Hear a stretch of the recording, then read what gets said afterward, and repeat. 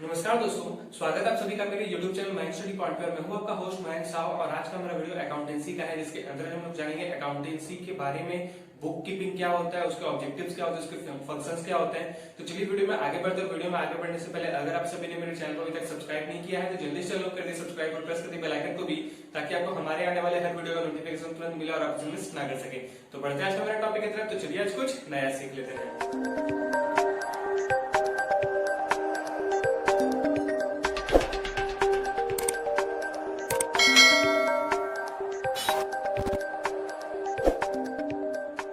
दोस्तों, अब हम लोग यहाँ पे बात करेंगे अकाउंटेंसी के बारे में कि अकाउंटेंसी होता क्या है, अकाउंटेंसी के करने का कारण क्या है।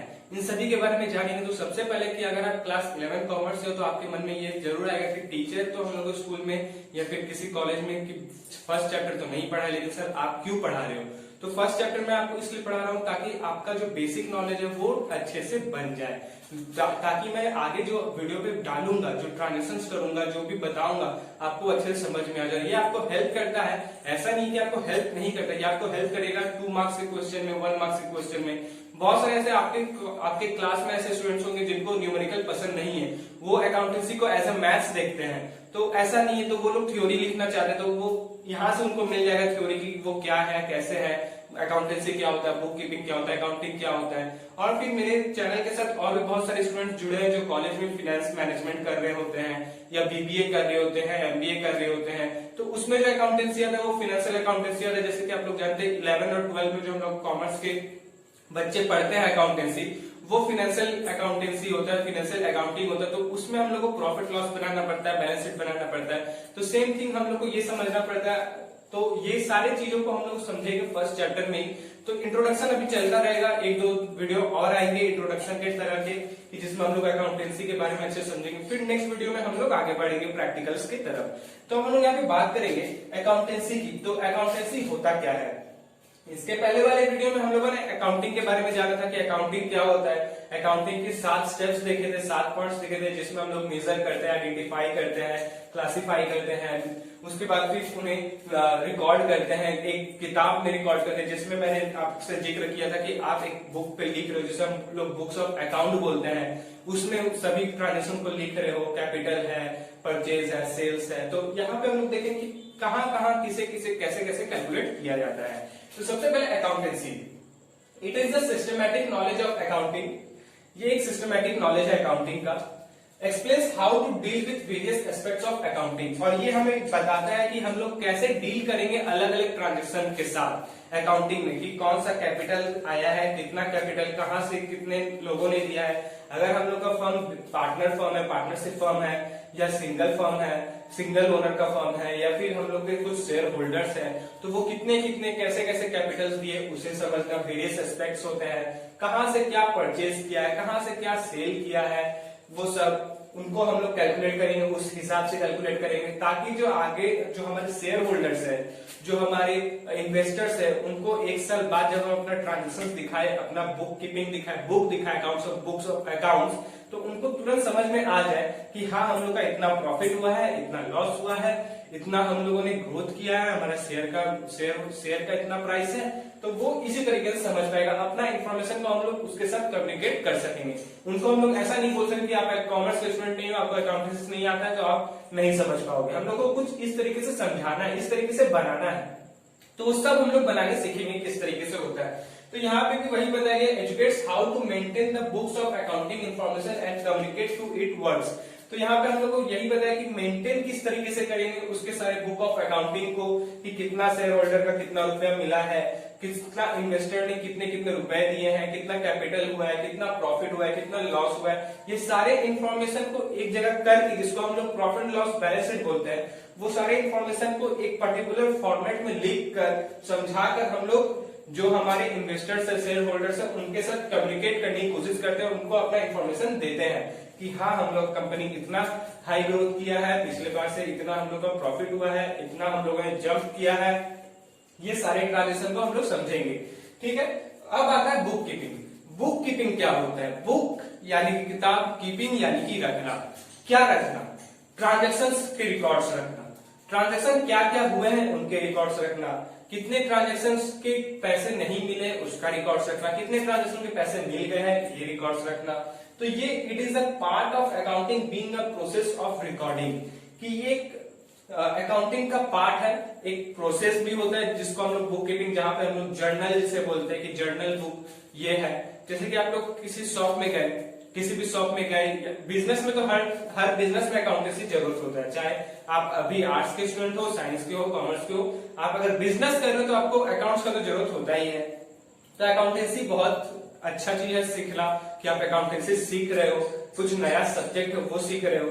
तो यहाँ पे हम लोग का होता है कि हम लोग जब बुक किसी शॉप में जाते हैं तो हम लोग देखते हैं कि वो जो शॉपकीपर है किसी बुक में लिख रहा होता है या कंप्यूटर में कुछ ना कुछ टाइप कर रहा होता है, उसके पास बहुत सारे बिल्स होते होंगे, वो देख देख कर उसे टाइप कर रहा होता है। तो वो क्या होता है, तो वही होता है बुक कीपिंग, कि उसके अंदर वो सारे ट्रांजेक्शन्स को रख रहा है। किस तरीके से रख रहा है, लेजर बना के रख रहा है, जर्नल कर रहा है, पहले ट्रेड लाइसेंस ट्रायल बैलेंस बना रहा है, पहले ट्रायल बैलेंस बना रहा है कि कितना का डेबिट हुआ है पैसा, कितना क्रेडिट हुआ है, फिर उसके बाद जर्नल बना रहा है कि कितना परचेज किया है, कितना सेल किया है, उसके बाद फिर सबका अपना अपना खुद का लेजर बना रहा है कि हाँ इस अकाउंट में इतना रुपया है, उस अकाउंट से उतना रुपया है। अकाउंट यहाँ पे बोलने का मतलब हो रहा है जैसे कि आप स्कूल में हो, स्कूल में बहुत सारे अलग अलग क्लास के बच्चे हैं, 9 के, 10 के, 11 के, 12 के, तो जो सबको अलग अलग डिवाइड कर दिया गया, जिससे आपको समझ में आता है कि हाँ ये सिर्फ 9 के बच्चे हैं, हाँ ये सिर्फ 10 के बच्चे, हाँ सिर्फ आप 11 के बच्चे हो, 12 के बच्चे हो। तो वो कैसे समझ में आता है कि आप 12 के हो, क्योंकि आपको वो नाम दिया है कि आप इस अकाउंट के अंदर आते हो। अगर आप मेरे घर में रेंट में रह रहे हो तो मैं आपको रेंट के साथ रखूंगा, लेजर में रेंट भी बनाऊंगा और आपका नाम भी लिखूंगा कि आपने अगर पैसा नहीं उधार में दिया तो रेंट पे आपके नाम पे लिख दूंगा, या फिर आपने दिया है कैश पे तो लिख दूंगा rent account debit to cash, या फिर आपके अकाउंट में लिख दूंगा कि आपने रेंट दिया है। तो ये सारे लेजर्स होते हैं, तो उससे ही हम लोग बुक कीपिंग बोलते हैं। It is a part of accounting being a process of recording financial transaction, कि ये एक प्रोसेस ऑफ रिकॉर्डिंग है जिसमें हम लोग फाइनेंशियल ट्रांजेक्शंस को रखते हैं, जितने भी फाइनेंशियल ट्रांजेक्शन के रिकॉर्ड्स है उसको रखते हैं, और इवेंट्स को भी रखते हैं कि हम लोगों को और भी ज्यादा कैपिटल कहाँ से मिला, और भी ज्यादा पार्टनर्स कहाँ से मिला, शेयर होल्डर्स को कितने पैसे मिले, और जिसे हम लोग बुक ऑफ अकाउंट्स बोलते हैं, और जिसे हम लोग बुक्स ऑफ अकाउंट्स बोलते हैं। It involves identifying, measuring, recording और क्लासिफिकेशन, और ये हम लोग को इन्वॉल्व करता है आइडेंटिफाइंग से कि कौन सा कैपिटल का अमाउंट है, कौन सा लेजर, कौन सा रेंट का अमाउंट है, कौन सा परचेज का अमाउंट है, ये सारे, और उन्हें रिकॉर्ड कहाँ करेंगे, कैसे करेंगे। तो उसके भी टाइप्स होते हैं, सिंगल एंट्री बुक कीपिंग और डबल एंट्री बुक कीपिंग। इसके बारे में हम लोग नेक्स्ट वीडियो में आएंगे। अब हम लोग आगे बढ़ते हैं और जानते हैं कि ऑब्जेक्टिव्स ऑफ अकाउंटिंग क्या होते हैं। तो अब हम लोग बात करेंगे यहाँ पे ऑब्जेक्टिव्स, फंक्शन और अकाउंटिंग, ऑब्जेक्टिव्स भी फंक्शंस भी, कि ऑब्जेक्टिव क्या होता है, उसका कारण क्यों होता है, अकाउंटेंसी होने का क्यों कारण है, क्या कारण है अकाउंटेंसी होने का, और अकाउंटिंग हम लोग क्यों करते हैं ये समझने का, और फंक्शन की उसके फंक्शंस क्या, तो दोनों एक ही चीज होते हैं ऑब्जेक्टिव्स और फंक्शंस भी, इसलिए मैंने दोनों को एक साथ मिलाकर लिख दिया, क्योंकि ऑब्जेक्टिव्स के मैं आपको 2 पॉइंट बताऊंगा और फंक्शंस के 3 पॉइंट बताऊंगा तो ऐसा अच्छा नहीं है। तो आपको एक ही चीज बता देता हूँ, अगर आपके एग्जाम में पूछ रहे थे tell me about the functions of accounting, तो तब भी आप ये लिख सकते हो, ऑब्जेक्टिव्स भी पूछ लिया तो भी आप ये लिख सकते हो, तो आपका इसमें 5 नंबर मिल जाएगा। तो हम लोग सबसे पहले यहाँ पे बात करें मेंटेनिंग अकाउंटिंग रिकॉर्ड्स, ऑब्जेक्टिव्स और अकाउंटिंग की, यहाँ पे हम लोग को बताया गया कि मेंटेनिंग अकाउंटिंग रिकॉर्ड्स, जितने भी पैसे के ट्रांजेक्शन हुए हैं उनके रिकॉर्ड्स हम लोग को देखने को मिल जाएगा, पुराने रिकॉर्ड्स भी, नए रिकॉर्ड्स भी, नया बना भी सकते हैं। तो अगर हम लोग से कोई पूछा, कोई शेयर होल्डर पूछा कि दिखाओ हम लोग कितना का परचेज किया, किससे किससे और कहां से किए हैं, तो आप लोग यहाँ पे दिखा सकते हो मेंटेनिंग जितने भी आपने रिकॉर्ड्स रखे हैं परचेज के। फिर determine PL and balance sheet, PL यानी कि profit and loss, balance sheet जहां पे हम लोग को पता चला कि हम लोग का एसेट्स कितना बना है, लायबिलिटीज कितना हुआ है, हम लोग टैक्स कितना पे किए हैं, ये सारे कुछ पता चलेंगे बैलेंस शीट में। और प्रॉफिट लॉस में हम लोग को पता चलता है हम लोग का प्रॉफिट कितना हुआ है, हम लोग का बिजनेस कितना प्रॉफिट किया है, इस बार 1 करोड़ किया, नेक्स्ट टाइम 2 करोड़ किया, तो हम लोग पिछले बार से अभी तक में कितना ज्यादा एक्सेस अमाउंट जीते हैं, एक्सेस अमाउंट प्रॉफिट किया है, तो उसको हम लोग उससे लेस कर देंगे। जो अभी हम लोग का 2 करोड़ हुआ है, पिछले बार से 1 करोड़ था, उससे लेस कर देंगे तो 1 करोड़ हम लोग का एक्स्ट्रा हुआ है, तो ग्रोथ भी हम लोग देख सकते हैं। डिटरमाइन एविडेंस, कि अगर आपको कोई शेयर होल्डर आप पे या फिर इन्वेस्टर आप पे केस कर दे कि नहीं आप हमारे साथ ट्रांजेक्शंस को छुपा रहे हैं, अपने ट्रांजेक्शन को आप ठीक से दिखा नहीं रहे हो, केस कर दिया, आप पे कोर्ट तक ले गए, तो आप अपने एविडेंस को दिखा सकते हो, कोर्ट पे पेश कर सकते हो। आपका ये रिकॉर्ड रखने का यही कारण हो जाएगा कि आप अपना एविडेंस, अपना सबूत दिखा सकते हो कि हाँ मैंने सारे ट्रांजेक्शन सही किए हैं, ये मुझ पे झूठा आरोप लगा रहा है। तो आपको एविडेंस मिल जाता है, अकाउंटिंग फर्म में रिकॉर्ड हो जाता है। फिर कम्युनिकेटिंग द फाइनेंशियल ट्रांजेक्शन के साथ कम्युनिकेट कर सकते हो कि आपको कितना पैसा लगा है, कितना पैसा आपको देना है, कितने पैसे आपने इन्वेस्ट किए हैं, किसे कितना रुपए दिया है, किससे कितना रुपए मिला है। असिस्टेंट ऑफ मैनेजमेंट की जितने भी बड़े बड़े कंपनी के सीएफओ होते हैं, यानी कि चीफ फाइनेंशियल ऑफिसर जो होते हैं, वो नेक्स्ट टाइम पे क्या पॉलिसी बनाएंगे, आपको कितना प्रॉफिट हुआ है तो वो अपने ऊपर बनाएंगे, कितना एम्प्लॉय का पीएफ कटना चाहिए, कितना टैक्स कटना चाहिए, क्या नए पॉलिसीज आने चाहिए, क्या नया फीचर्स आना चाहिए। तो यहाँ से हमें पता चल रहा है कि हम लोग उसी मैनेजमेंट को हम लोग क्लू दे दें कि आपको इस अमाउंट के थ्रू आपको सारे पॉलिसीज बनाने हैं, उनको हेल्प मिल जाए इससे। उसके बाद आता है फैसिलिटेटिंग मैनेजमेंट। ये सारे फंक्शंस और ऑब्जेक्टिव्स को हम लोग इसके बाद भी पढ़ सकते हैं, इसके पहले भी पढ़ सकते हैं, लेकिन मैंने आपको इसके पहले पढ़ा दिया ताकि आपको ये चीज मैं अच्छे से बता सकूं कि असिस्टेंट ऑफ मैनेजमेंट क्या होता है। तो आता है फैसिलिटेटिंग मैनेजमेंट। फैसिलिटेटिंग मैनेजमेंट की आप फैसिलिटेटिंग का मतलब होता है कि उसमें क्या फैसिलिटीज मिलने वाले हैं, अब आपको नेक्स्ट फैसिलिटीज क्या आने वाले हैं आपके पास। जो बड़े बड़े कंपनीज होते हैं जैसे कि रिलायंस हो गया है, टाटा हो गया है, आदित्य बिरला ग्रुप हो गया है, तो ये सब क्या करता है कि ये फैसिलिटेटिंग मैनेजमेंट की उनका अपना अपना एक सीएफओ होता है, सीईओ होता है कंपनी का, अकाउंटेंट होता है। तो वो लोग सब कुछ इंक्लूड करके जो भी ट्रांजेक्शन एक साल में हुए हैं, एक साल का ट्रांजेक्शन हम लोगों ने कितना बताया था, 1 अप्रैल से 31 मार्च तक। ये हम लोग को हमेशा याद रखना है। अकाउंटेंसी आप कॉमर्स के स्टूडेंट हो तो आपको हमेशा ये याद रखना कि हम लोग को कॉमर्स का न्यू ईयर जो होता है वो 1 अप्रैल से 31 मार्च तक होता है। तो हम लोग को सारे ट्रांजेक्शन इसी में दिखाने हैं। हम लोग का जनवरी न्यू ईयर नहीं होता है, हम लोग ये न्यू ईयर मनाते हैं, बिजनेस हम लोग का ये न्यू ईयर मनाता है, ठीक है। तो ये क्या करता है, accounting provides financial information to assist the management in discharging its functions. Accounting provide, जो हम लोग अकाउंटिंग कर रहे हैं वो प्रोवाइड करता है सारे फाइनेंशियल इंफॉर्मेशन को, ताकि जो हमारे मैनेजमेंट है, जो भी हमारा मैनेजर है या फिर मैनेजमेंट का काम है, उनको ये असिस्ट कर सके, अच्छे समझा सके, डिस्चार्जिंग इट्स फंक्शन, उनके सारे फंक्शंस को बता सके कि आपको नेक्स्ट फंक्शन क्या करना है, नेक्स्ट पॉलिसी क्या लेके आना है। Because it's provides accounting information to users, और यही जो पॉलिसीज बनते हैं इसी से हम लोग को पता चलता है कि हम लोग का मार्केट में वैल्यू क्या है, शेयर का वैल्यू क्या है, हम लोग का मार्केट का शेयर वैल्यू क्या है, हम लोग का गुडविल क्या है, ताकि जो भी हमारे बिजनेस के साथ, हमारे कंपनी के साथ बिजनेस कर रहे हैं, उनको भी पता चलता है कि हमारा बिजनेस इतना प्रॉफिट किया है, इसलिए हम लोग को ये ऑफर मिला है। बहुत बार हम लोग देखते हैं कि किसी बिजनेस में हम लोग को अच्छे खासे ऑफर मिल जाते हैं कि 2 बिस्किट का पैकेट लीजिए 1 बिस्किट फ्री हो जाता है, लेकिन उसे हम लोग गलत फॉर्म में कितना बड़ ले लेते हैं कि हो सकता है इस कंपनी का बिस्किट नहीं चल रहा होता है, हो सकता है इसका बिजनेस कुछ खराब होने वाला होता है, इसलिए हम लोग देते हैं, लेकिन ऐसा भी नहीं होता है।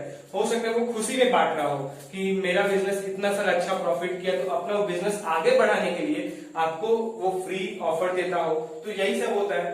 प्रोटेक्टिंग बिजनेस एसेट्स, बिजनेस का एसेट्स बचाने की कोशिश करता है, इससे हम लोग कोशिश करते हैं बिजनेस का एसेट्स बचाने का। फिर maintaining record of assets which enable the firm to protect them and exercise control meeting legal requirements. और फिर ये मेंटेन करता है हमारे सारे एसेट्स रिकॉर्ड्स को, जो किसी भी फर्म को प्रोटेक्ट करने का काम में आता है, जो हम लोग को प्रोटेक्ट करने में, हम लोग का किसी भी फर्म का प्रोटेक्ट करने के काम में आता है। कि अभी आप लैंड खरीद लिए 200 करोड़ का, फिर आप नेक्स्ट ईयर 200 करोड़ का खरीद लिए, लेकिन आप जो ट्रांजेक्शन आपको दिखा रहे हैं, तो वहां पे आपको क्या होगा, अगर इनकेस आपका फर्म जो है लॉस में चला जाता है, तो आपको वहां से कुछ ना कुछ पैसे रहते हैं कि मिल जाएंगे, क्योंकि लैंड एक ऐसा प्रॉपर्टी होता है जिसका दाम बहुत ही रेयरली घटता है, नहीं तो हमेशा उसका प्राइस बढ़ता है। तो यही चीज होता है excise control meeting legal requirements. और ये जितने भी इसके लीगल इंफॉर्मेशन रिक्वायरमेंट्स है, वो हम लोग को बताया जाता है, दिखाया जाता है कि आप लोग किस तरीके से मिल सकते हैं, उसे कंट्रोल कर सकते हो, उसे किस तरीके से आप बता सकते हो, इंफॉर्मेशन दे सकते हो। तो ये अकाउंटेंसी का ऑब्जेक्टिव था, अकाउंटिंग का ऑब्जेक्टिव फंक्शंस, उसके फैसिलिटेटिंग मैनेजमेंट को हम लोग ने समझा। अब हम लोग जानेंगे उसके एडवांटेज और लिमिटेशन। लिमिटेशन को हम लोग डिसएडवांटेज भी बोल सकते हैं, या फिर हम लोग डिसएडवांटेज भी देते हैं। डिसएडवांटेज, ठीक है, डिसएडवांटेज, लिमिटेशन और डिसएडवांटेज भी होता है और एडवांटेज भी होता है। एडवांटेज अकाउंटिंग का क्या होता है कि हम लोग को उसमें फाइनेंशियल कंडीशन पता चलता है बिजनेस का कि कितना पैसा है बिजनेस में। रिप्लेस मेमोरी, बहुत सारे ऐसे नाम होते हैं जिनका नाम याद नहीं कर सकते, नहीं रख सकते, हर किसी का नाम हम लोग बिजनेस में नहीं रख सकते। आपका ही बिजनेस है तो क्या आप अपने बिजनेस के अंदर सभी लोगों का नाम जानते हो? नहीं, किसी पर्टिकुलर लोगों का नाम जानते हो जो आपके बिजनेस में बहुत खास है, उन लोगों का नाम जानते हो, सभी का नाम नहीं जानते हो। तो रिप्लेस मेमोरी की आप अपना मेमोरी वहां पे जब किसी अकाउंट बुक ऑफ अकाउंट्स में लिख रहे हो तो आपको मालूम है कि ये नाम आप लोग ढूंढ सकते हो, चाहे वो कंप्यूटर में टैली कर रहे हो या तो फिर किसी बुक में लिख रहे हो।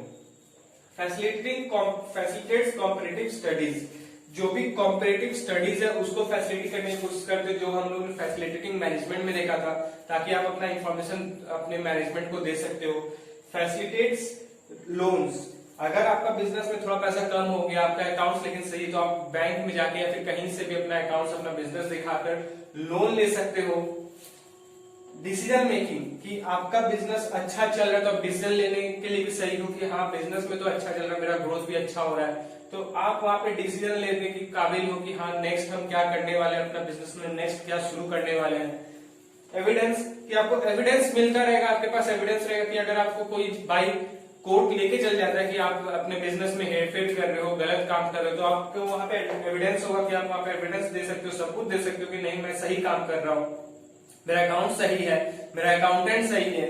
तो जब ये एडवांटेज हो रहा है, जब ये एविडेंस की बात आई कि नहीं, कितने लोग होते हैं कि अपना अकाउंट्स अपने बिजनेस को अच्छा दिखाते हैं लेकिन बिजनेस अच्छा होता नहीं है, तो कितने, तो उसमें हम लोग क्या करते हैं, उसको हम लोग डिसएडवांटेज बोलते हैं। अब अगर कोई बिजनेस को अच्छा भी करता है, किसी का बिजनेस अच्छा चलता है, किसी का अच्छा नहीं चलता है, लेकिन जिसका अच्छा नहीं चलता है वो बिजनेस को दिखाना चाहता है कि मेरा अच्छा चलता है, जिसको हम लोग बोलते हैं अकाउंटिंग में चोरी कर रहा होता है, उससे हम लोग चोर कह रहे होते हैं, या तो फिर उसको बोलते हैं अकाउंटिंग में वो कुछ हेर फेर कर रहा है, हेरा फेरी याद है ना, तो वो हेरा फेरी कर रहा है। क्या कर रहा है, कैसे कर रहा है, वो समझते। तो सबसे पहले अकाउंटिंग में हम लोग देखते हैं कि वो, हम लोग कोई भी अकाउंटिंग कर ले उसमें हम लोग एग्जैक्ट अमाउंट नहीं बता सकते हैं कि इतना ही अमाउंट, इतना ही 50 पैसा भी मेरे पास आया, हम लोग अप्रोक्स ही लिखते हैं, एग्जैक्ट अमाउंट नहीं बताते। आप कुछ एसेट्स किए हो, एसेट्स का हर साल आपका डेप्रिसिएशन लग रहा है।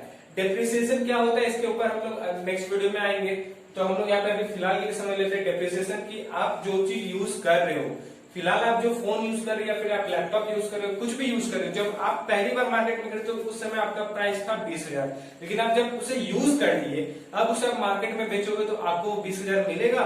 नहीं मिलेगा। क्या उससे ज्यादा मिलेगा? नहीं मिलेगा, आपको उससे कम मिलेगा। अब उससे कम मिले तो आप वहां पे अपना परसेंटेज निकाल सकते हो, मुझे कितना कम मिला, एक साल में आपको कितना कम मिला, तो आप वहां पे परसेंटेज निकाल सकते हो। जैसे कि मैं आपको एग्जांपल दे दूं कि मैं ये पेन खरीदा 20 रुपए में, 20 रुपए में ये पेन लेकर आया, लेकिन लेकर आया एक महीने बाद इसे बेचना चाहा, अब वो 20 रुपए में कोई नहीं ले रहा है, अब उसका जगह मुझे उसको 10% लेस करके देना पड़ रहा है। तो कितना देना पड़ रहा है आप लोग मुझे कमेंट करके बताइए कि मुझे कितने में देना पड़ा। फिर अनरियलिस्टिक इन्फॉर्मेशन, अनरियलिस्टिक इन्फॉर्मेशन क्योंकि जो रियल नहीं है वो इन्फॉर्मेशन भी बता दिया जाता है, फिर हटा दिया जाता है। कि मतलब अनरियलिस्टिक का मतलब यहाँ पे हम लोग एक तरह से एग्जांपल ले सकते हैं, जो भी फाइनेंशियल ट्रांजेक्शन नहीं है, जो फाइनेंशियल ट्रांजेक्शन नहीं है उसको हम लोग यही लिख रहे हैं।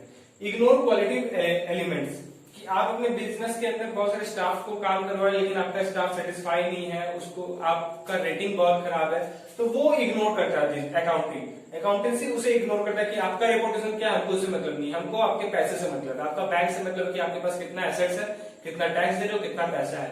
अब आता है मेड टू विंडो ड्रेसिंग।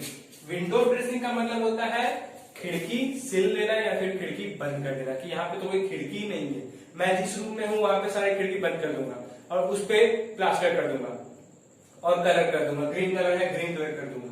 तो वहां पे अब तो पता है कि मेरे पास कोई खिड़की नहीं, तो मैंने वहां पे झोल किया कहाँ पे, हेरा फेरी किया कहाँ पे। तो यहाँ पे बहुत सारे ऐसे लोग होते हैं जो अपने अकाउंट्स में हेरफेर करते हैं ताकि उनका जो प्रॉफिट है अच्छा दिखे, टैक्स उन्हें देना ना पड़े। तो ऐसा ही चलता है, तो उसे ही हम लोग कहते हैं चोर अकाउंटिंग के लैंग्वेज में, कि वो चोर है, वो चोरी कर रहा है, उसे ही हम लोग ब्लैक मनी कह देते हैं। वो काम तो सही कर रहा है लेकिन लास्ट टाइम पे जब वो दिखाने का बारी आए फाइनेंशियल रिकॉर्ड कि मेरा रिपोर्टेशन तो खराब हो जाए, तो वो क्या कर रहा है उसमें हेरफेर कर रहा है और फिर बाद में पता चलेगा कि उसमें तो कोई था ही नहीं, सब कुछ तो ठीक था, लेकिन ऐसा नहीं होता है। तो ये होता है मेन टू विंडो ड्रेसिंग, कि उसमें चोरी करने का भी कोशिश किया जाता है, उसको उस अकाउंट्स को मैनिपुलेट किया जाता है।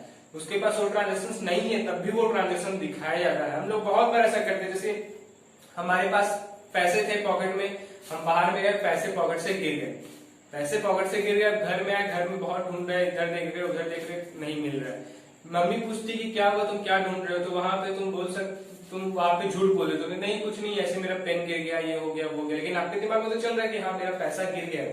तो ये चीज होता है कि आप घर के अकाउंट्स को तो सही कर रहे हो, लेकिन अपना अकाउंट्स को सही नहीं कर पा रहे हो, बता नहीं पा रहे हो। तो वहां से क्या हो रहा है कि वहां भी आपका घर का जो अकाउंट हो रहा है, अकाउंटिंग हो रहा है, उसमें भी प्रॉब्लम हो रहा है। जब आपको देखा है कि आपका 100 रुपया कहीं नहीं मिल रहा है, आपने 100 रुपया क्या किया, तब आपसे घर में पूछा कि वो 100 रुपया तुम उसी दिन ढूंढ रहे थे ना, जो तुम्हारा गुम हो गया था।